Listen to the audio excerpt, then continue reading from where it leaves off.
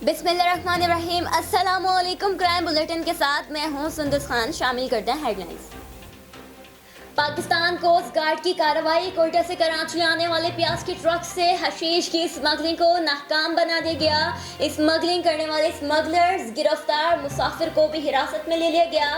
मंशियात बरामद करके ट्रक को भी हिरासत में ले लिया गया।